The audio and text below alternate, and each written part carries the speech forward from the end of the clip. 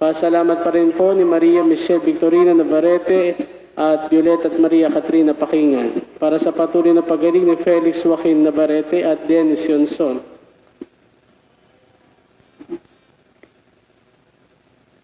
Magsitayo po tayo at ating dasalin ang orasyon imperata laban sa COVID-19. Sa ngalan ng Ama, ng Anak, ng Espiritu Santo. Amen. Makapangyarihan at mapagmahal na Ama, nagsusumamo kami sa iyo upang hilingin ang iyong patnubay laban sa COVID-19 na nagpapahirap sa marami at kumitil na ng mga buhay. Gabayan mo ang mga dalubhasang naatasan na tumuklas sa mga lunas at paraan upang hinto ang paglaganap nito. Patnubayan mo ang mga lumilingap sa may sakit upang ang kanilang pagkalinga ay malaki pa ng husay at malasakit. Itiataas namin ang mga nagdurusa, makamtanawa nila ang mabuting kalusugan. Tingabi mo rin ang mga kumakalinga sa kanila. Pagkamitin mo na kapayapaang walang hanggan ang mga pumanaw na. Pagkalooban mo kami ng biyaya na magtulong-tulong tungo sa ikabubuti ng lahat. Pukawin sa amin ang pamamalasakit sa mga nangangailangan. Nagsusumamo kami na iyong hinto na ang paglaganap ng virus at ipagadya kami sa lahat ng mga takot. Hinihiling namin ito sa pamagitan ni Jesucristo, na nabubuhay at naghaharing kasama mo at ng Espiritu Santo. Iisang Diyos magpasawalang hanggan. Amen. Dumudulog kami sa iyong patnubay, mahal na Ina ng Diyos. Pakinggan mo ang aming mga kahilingan sa aming pangangailangan at ipagadya mo kami sa lahat ng kasamaan. Malulhati at pinagpalang Birheng Maria, mahal na Birhen, mapagpagaling sa may sakit. San Rafael, Arkanghel. San Roque. San Agustin.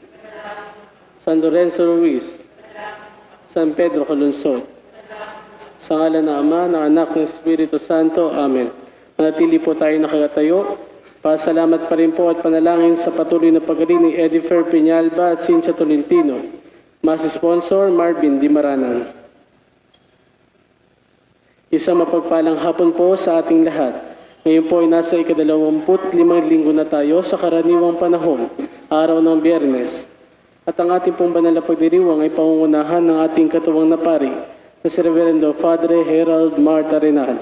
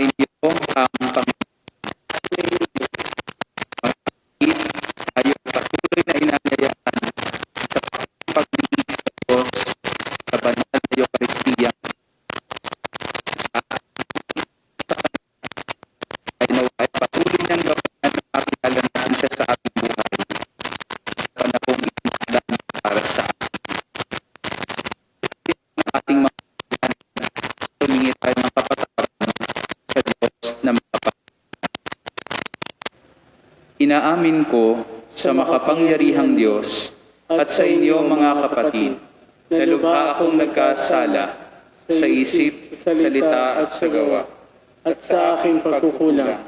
Kaya isinasamo ko sa mahal na Birheng Maria, sa lahat ng mga anghel at mga banal, at sa inyo mga kapatid, na ako'y panalangin sa Panginoong ating Diyos. Kaawaan nawa tayo ng makapangyarihang Diyos.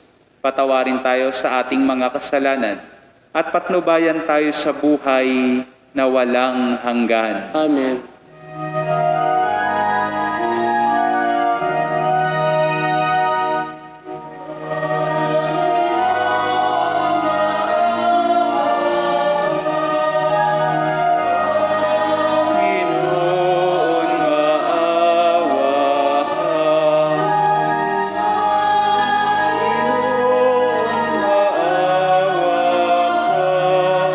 Panginoon, maawa ka. Kristo, maawa ka. Kristo, maawa ka. Kristo, Kristo,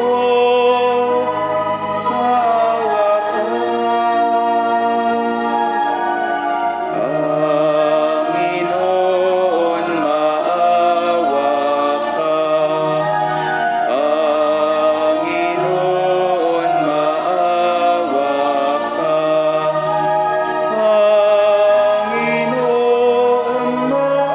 Panginoon, maawa ka. Panginoon, maawa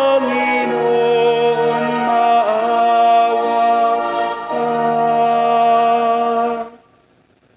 Manalangin tayo. Ama naming makapangyarihan, itinakda mong ang lahat ng mga utos mo ay mauwi sa pag-ibig sa iyo at sa kapwa-tao.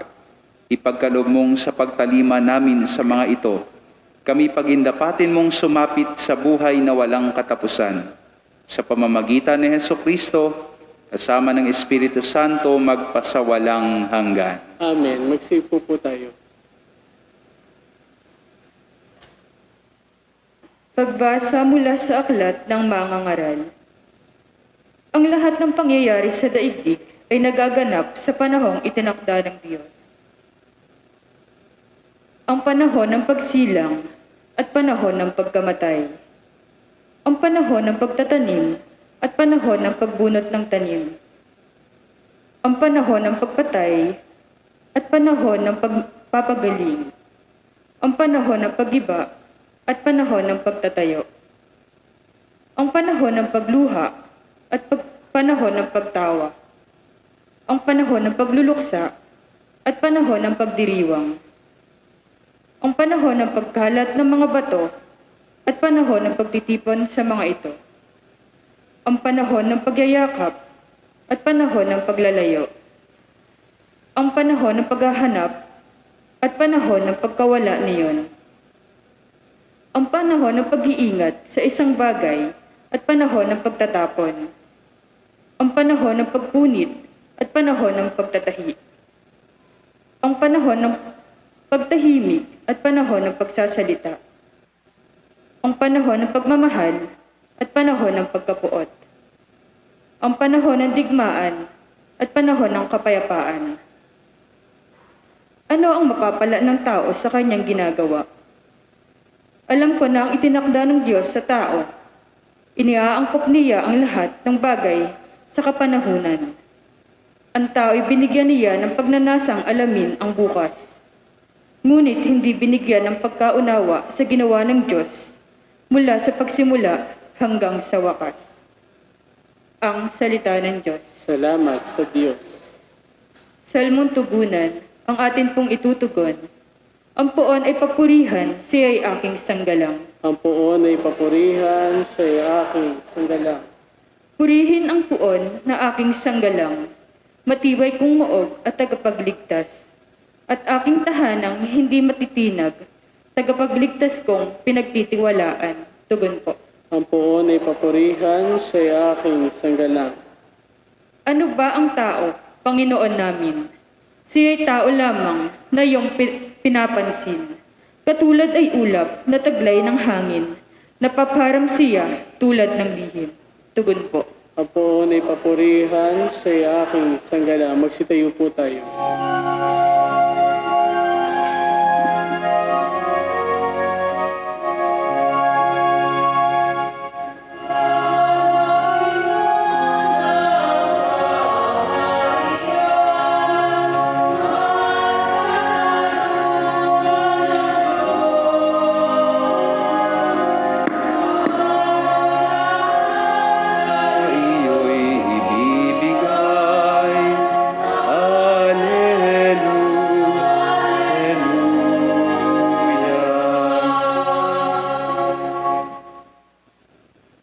Sumainyo ang Panginoon. At sumainyo rin. Ang mabuting balita ng Panginoon ayon kay San Lucas. Papuri sa iyo, Panginoon. Isang araw, samantalang nananalangin mag-isa si Jesus, lumapit sa kanya ang kanyang mga alagad. Tinanong niya sila, "Sino raw ako ayon sa mga tao?" Sumagot sila, "Ang sabi po ng ilan ay si Juan Bautista kayo. Sabi naman ng iba, si Elias kayo. At may nagsasabi pang nabuhay ang isa sa mga propeta noong una. Kayo naman, ano ang sabi ninyo?" Tanong niya sa kanila. "Ang Mesiyas ng Diyos," sagot ni Pedro. Itinagubili ni Jesus sa kanyang mga alagad na huwag na nilang sasabihin ito kanino man. At sinabi pa niya sa kanila, "Ang anak ng tao'y dapat magbata ng maraming hirap. Itatakwil siya ng matatanda ng bayan, ng mga punong saserdote at ng mga eskriba. Ipapapatay nila siya, ngunit sa ikatlong araw ay muling mabubuhay." Ang mabuting balita ng Panginoon. Pinupuri ka namin, Panginoong Kristo. Magsiupo po tayo. Kahapon po tayo ay pinaalalahanan that everything will be meaningless without God. Ang lahat ay mawawalang kabuluhan kung wala ang Diyos sa ating buhay. We will just see life in its cycle without purpose. But because God is with us, we can see the purpose of our life. Ngayong araw pong ito, lalo na sa unang pagbasa from the book of Ecclesiastes, a very good reminder that there is time for everything. May nakatakdang panahon para sa lahat. God appointed time for everything. Sabi nga dito, may panahon ng pagsilang at panahon ng pagyao. Panahon ng pagsikat ng araw, panahon ng paglubog. Panahon para sa lahat. At sana'y ganyan natin nakikita na talagang may panahon para rin sa atin na itinakda ang Diyos. Yung iba nga, no, sasabihin nila, kailan ba yung takdang panahon? Tumatanda na ako and I'm still single. Lord, when will be the perfect time? There is time for everything. And in the gospel that we heard,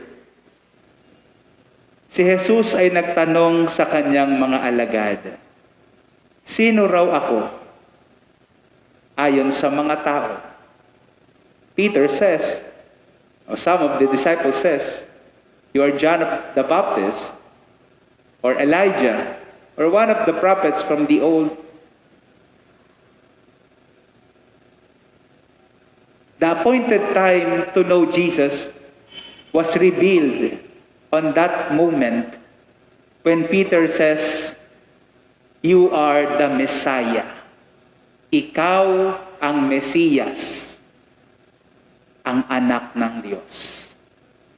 That's the appointed time to reveal the identity of Jesus.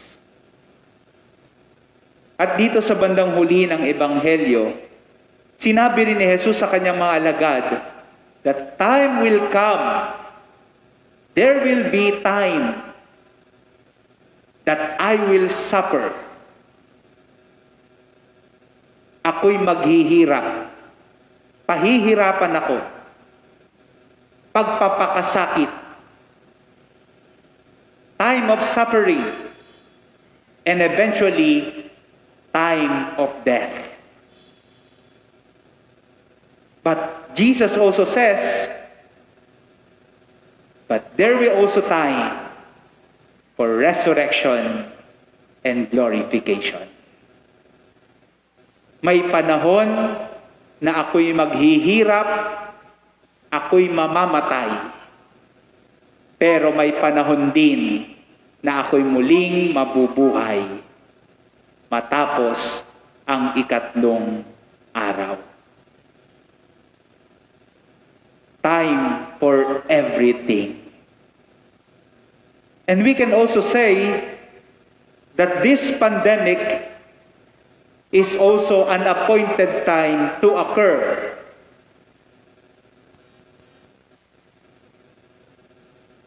Maaaring ito talaga ay nakatakdang mangyari ngayon to shaken us, to open once again our minds and our hearts, that we are losing the track of holiness. Maaaring ito'y tinakdang panahon kaya may pandemya. Para yanigin tayo. Para buksan ang isip at puso natin na tayo naliligaw na at nawawala na sa landas ng kabanalan. Kasi ang tingin ng tao ngayon, we are powerful than God. God must obey us. That's what we think now.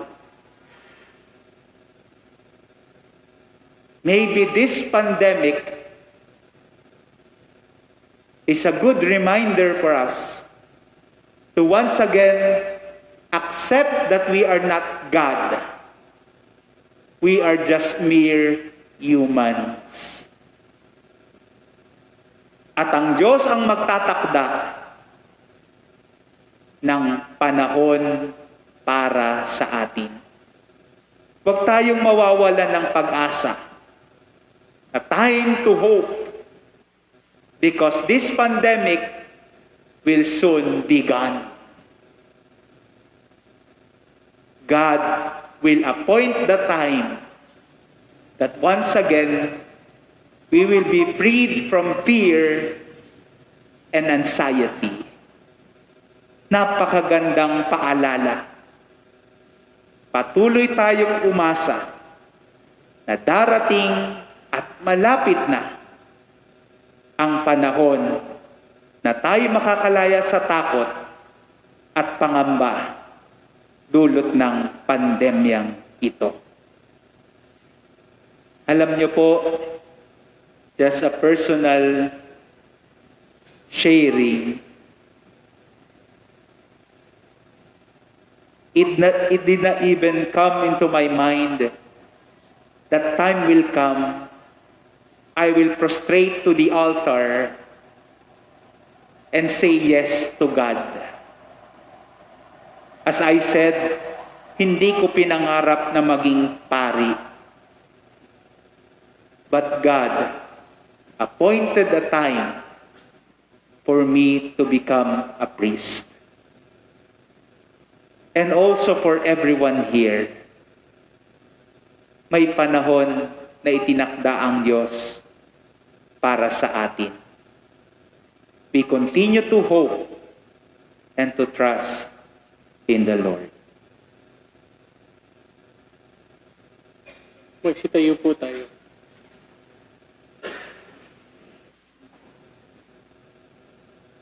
Ang pananampalataya natin kay Jesucristong anak ng Diyos, ang siyang nagtitipon sa atin bilang bahagi ng kanyang sambayanan.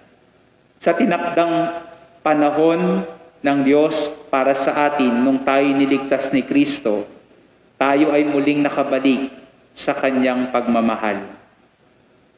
Sa bawat kahilingan ng ating itutugon, Panginoon, dinggin mo ang aming panalangin. Panginoon, dinggin mo ang aming panalangin.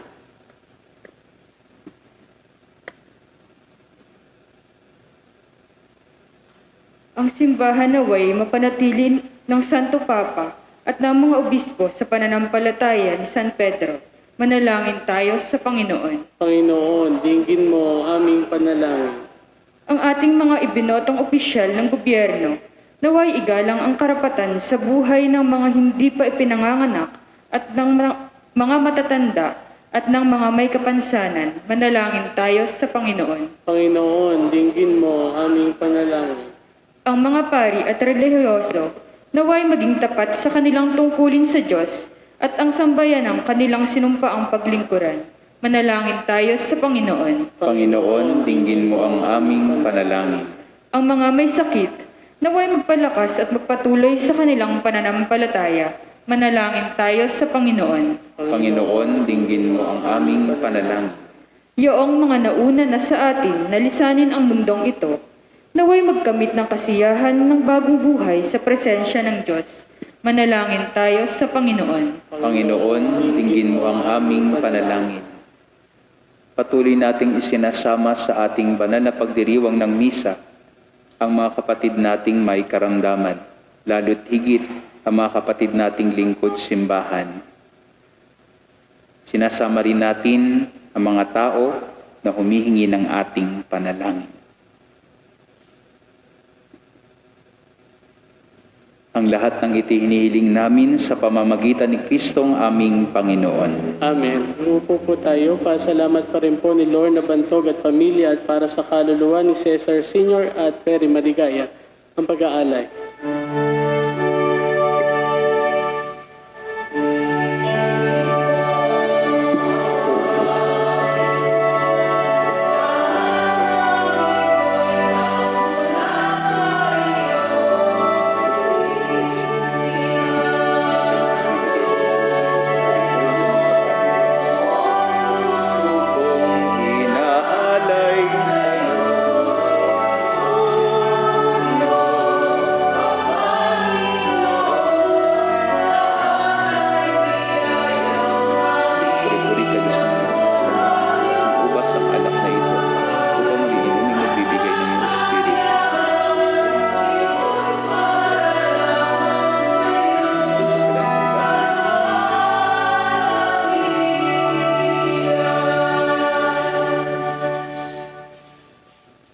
Magsitayo po tayo. Manalangin kayo mga kapatid upang ating paghahain ay kalugdan ng Diyos amang makapangyarihan. Tanggapin nawa ng Panginoon itong paghahain sa iyong mga kamay.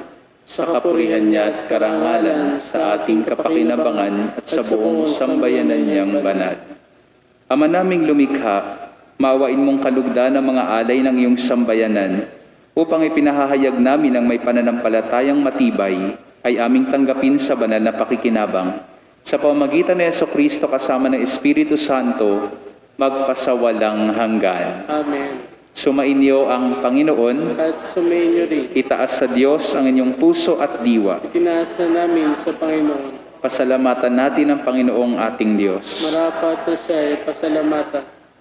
Ama naming makapangyarihan, tunay nga marapat na ikaw ay aming pasalamatan sa iyong kinalugod mong likhain ng sanlibutan na iyong pinagbabago at idinarangal sa pamagitan ng iyong anak na kinalulugdan. Kaya't utang na loob ng iyong mga tinatangi at ng mga banal na kapiling mong lagi ang iyong paggiliw at pagkakandili. Kaya kaisa ng mga anghel na nagsisiawit ng papuri sa iyo ng walang humpay sa kalangitan, kami nagbubunyi sa iyong kadakilaan.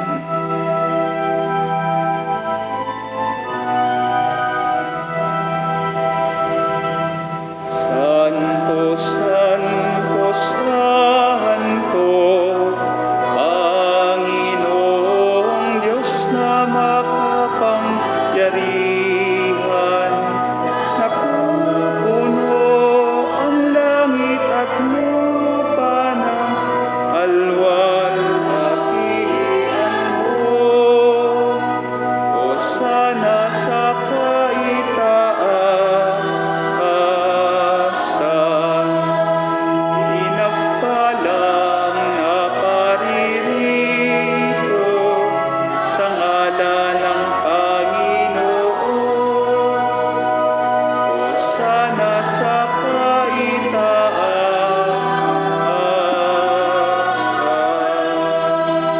Magsiluhod po tayo. Ama naming banal, ikaw ang bukal ng tanang kabanalan. Kahit sa pamamagitan ng Espiritu, gayon mong banal ang mga kaloob na ito, upang para sa amin ay maging katawan at dugo ng aming Panginoong Heso Kristo. Bago niya pinagtiisang kusang loob na maging handog, hinawakan niya ang tinapay, pinasalamatan kanya. Pinaghati-hati niya iyon, iniabot sa kanyang mga alagad at sinabi, "Tanggapin ninyong lahat ito at kanin. Ito ang aking katawan na ihahandog para sa inyo."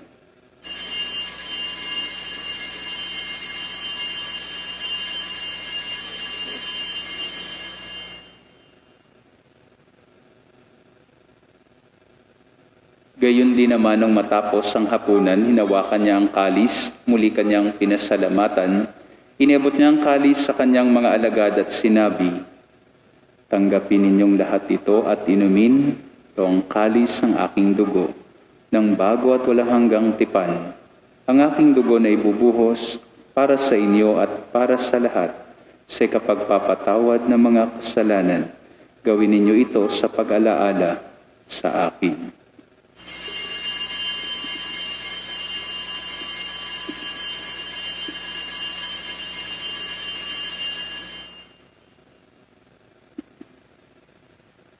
Ipagbunyi natin ang misteryo ng pananampalataya. Si Kristo'y namatay, si Kristo'y nabuhay, si Kristo'y babalik sa wakas ng panahon. Ama, ginagawa namin ngayon ang pag-alaala sa pagkamatay at muling pagkabuhay na iyong anak. Kaya tinaalay namin sa iyo ang tinapay na nagbibigay buhay, ang kalis na nagkakaloob ng kaligtasan. Kami nagpapasalamat dahil kami minarapat na tumayo sa harap mo para maglingkod sa iyo. Sinasamo namin kami magsasalo-salo sa katawan at dugo ni Kristo ay mabuklod sa pagkakaisa sa pamamagitan ng Espiritu Santo. Ama, lingapin mo ang iyong simbahang laganap sa buong daigdig. Puspusin mo kami sa pag-ibig. Kaisa ni Francisco na aming Santo Papa, ni Reynaldo na aming Obispot ng Tanang Kaparian. Alalahanin mo rin ang mga kapatid naming nahimlay na may pag-asang muling mabubuhay at ang lahat ng pumanaw. Kaawaan mo sila at patuloyin sa iyong kaliwanagan. Kaawaan mo at pagindapatin kaming lahat na makasalo sa iyong buhay na walang wakas.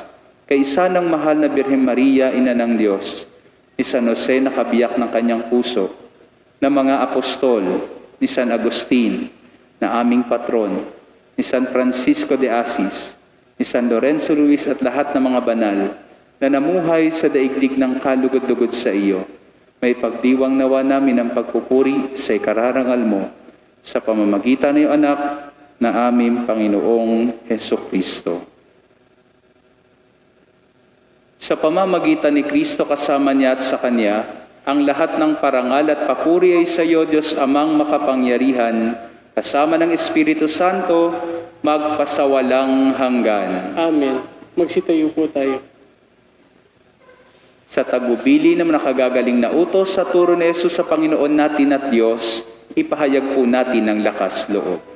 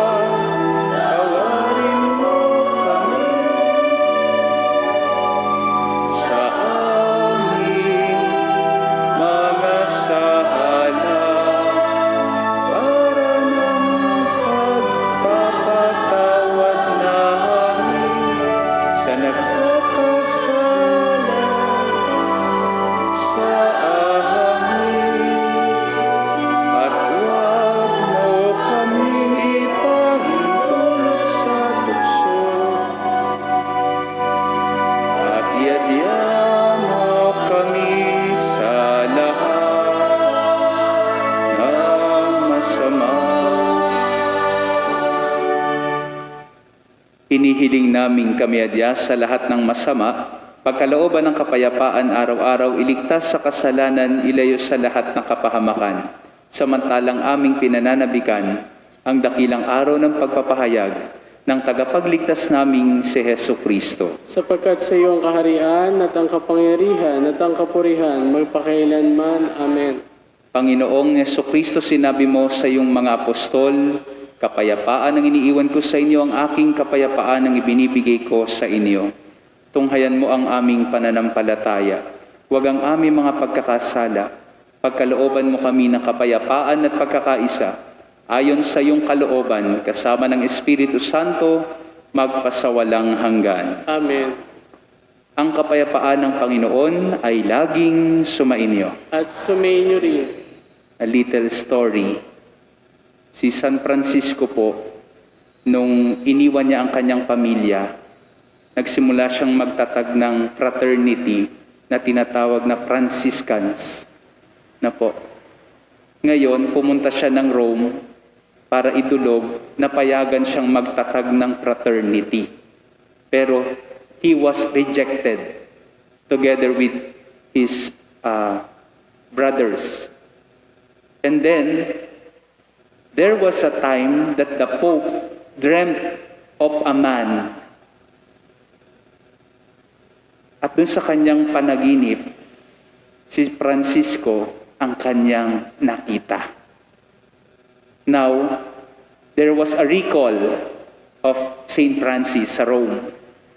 And finally, sinabi ng Pope doon na naginip ako at nakita ko ang taong ito. So that appointed time by God para sa mga Franciscans, sa fraternity nila. So ganun ang Diyos. May panahon para sa lahat. We continue to hope, we continue to trust in Him. Now, magbigayan po tayo ng kapayapaan na nagmumula sa Panginoon.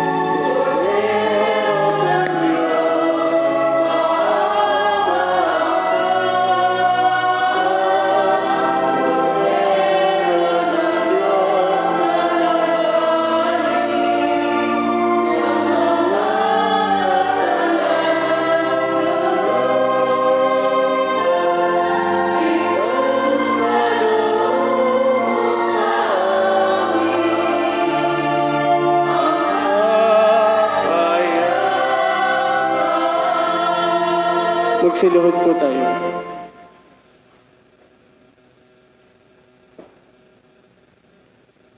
Narito ang ating Panginoong Hesus na tumupad sa panahon na itinakda ng Ama para sa ating kaligtasan. Ang kordero na nag-aalis sa mga kasalanan ng sanlibutan. Mapalad tayong inanyayahang makisalo sa kanyang banal na piging. Panginoon, hindi ako karapat-dapat na magpatuloy sa iyo. Ngunit sa isang salita mo lamang, gagaling na ako.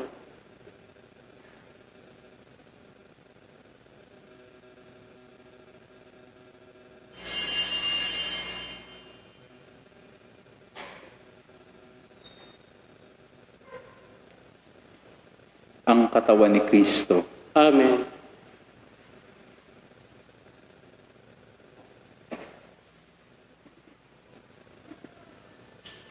Panalangin para sa espiritual na komunyon. Panginoong Jesus, naniniwala po ako na kayo nasa kabanal-banalang sakramento. Minamahal ko po kayo ng higit pa sa anumang bagay. At nananabik ako na tanggapin kayo sa aking kaluluwa. Dahil sa hindi ko po kayo matatanggap ngayon sa banal na sakramento, tumuloy po kayo sa aking puso sa paraang espiritual. Niyayakap ko po kayo na para na kayo nasa akin. At iniugnay ko ang aking buong sarili sa inyo. Amen.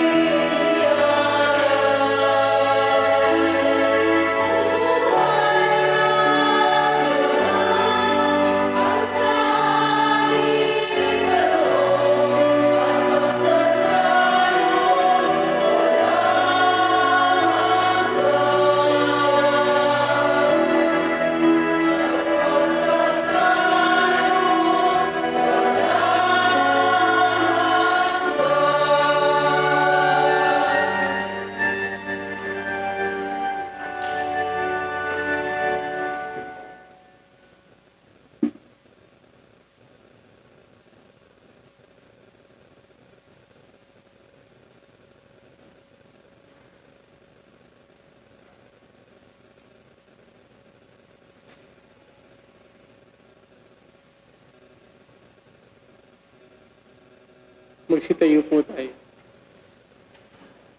Manalangin tayo. Ama naming mapagmahal, kaming pinapagsalo mo sa banal na pakikinabang, ay patuloy mong kaawaan at tulungan upang aming tinanggap ay siya naming nawang umiral sa pamumuhay namin sa araw-araw, bunga ng iyong pagtubos na aming ipinagdiriwang. Sa pamamagitan ng Jesucristo kasama ng Espiritu Santo, magpasawalang hanggan. Amen. Atin po ngayong parangalan ang ating patrong si San Agustin.